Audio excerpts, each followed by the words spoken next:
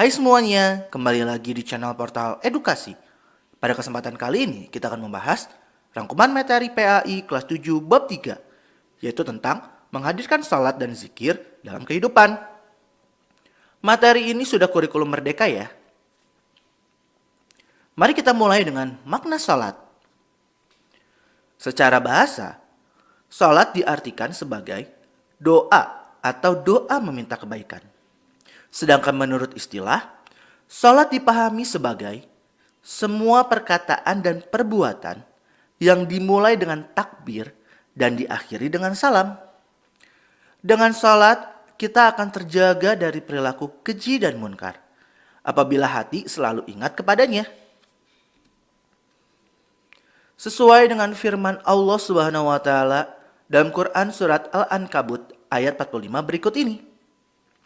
Yang artinya, bacalah kitab Al-Quran yang telah diwahyukan kepadamu Muhammad dan laksanakanlah salat. Sesungguhnya salat itu mencegah dari perbuatan keji dan munkar. Dan ketahuilah, mengingat Allah ketika salat itu lebih besar keutamaannya dari ibadah yang lain.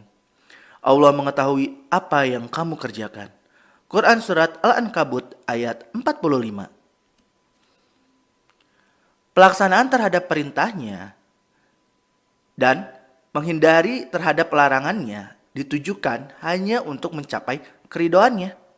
Hal ini sesuai dengan firman Allah Subhanahu wa taala dalam Quran surat Al-Fatihah yang artinya, tunjukkanlah kepada kami wahai Allah jalan yang lurus, yaitu jalan orang-orang yang telah Engkau anugerahkan nikmat kepada mereka, bukan jalan yang dimurkai dan bukan pula jalan mereka yang sesat. Beberapa ulama tafsir berpendapat bahwa jika orang memelihara salat, maka salat akan memeliharanya. Nah, hal ini sesuai dengan firman Allah Subhanahu wa taala dalam Quran surat Al-Baqarah ayat 238 yang artinya, peliharalah semua salat dan salat wusta dan laksanakanlah salat karena Allah dengan khusyuk. Quran surat Al-Baqarah ayat 238. Kemudian dipertegas dengan hadis Rasulullah SAW berikut ini. Orang yang memelihara salat akan mendapatkan cahaya, petunjuk, dan keselamatan pada hari kiamat. Begitu pula orang yang tidak memeliharanya, ia tidak akan memperoleh hal tersebut. Ia akan bersama Qarun, Fir'aun, Haman, dan Ubay bin Khalaf di hari kiamat. Hadis riwayat Ahmad dan Al-Tabrani dari Abdullah bin Umar. Nabi SAW juga menjelaskan bahwa sholat 5 waktu akan bersihkan dosa-dosa orang yang memeliharanya dengan baik. Bagaimanakah pendapatmu andai kata ada sebuah sungai dekat pintu rumah salah seorang dari kamu? Ia mandi di sungai itu 5 kali setiap hari. Adakah masih ada dakinya yang tinggal barang sedikit pun? Sahabat menjawab, tidak ada daki yang tertinggal barang sedikit pun. Kemudian Rasulullah SAW menegaskan, maka demikianlah perumpamaan salat yang 5 waktu. Dengan salat itu, Allah akan menghapus semua kesalahannya. Hadis riwayat Al-Tirmizi dari Abu Hurairah. Selanjutnya, kita masuk ke makna zikir. Arti zikir menurut bahasa adalah ingat. Sedangkan menurut istilah, zikir artinya dengan mengingat Allah Subhanahu wa taala sebagai upaya untuk mendekatkan diri padanya. Nah, tujuan utama dari perintah berzikir adalah agar terhindar dari kesombongan. Sesuai dengan firman Allah Subhanahu wa taala dalam Quran surat Al-Ahzab ayat 41 berikut ini. Yang artinya, hai orang-orang beriman, berzikirlah dengan menyebut nama Allah, zikir yang sebanyak-banyaknya.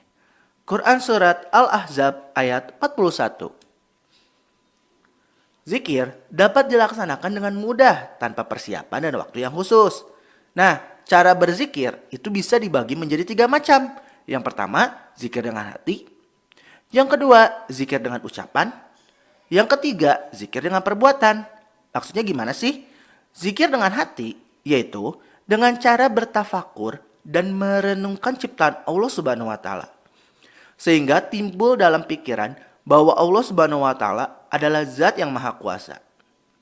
Sedangkan zikir dengan ucapan yaitu pengucapan lafal-lafal yang di dalamnya terdapat keagungan namanya.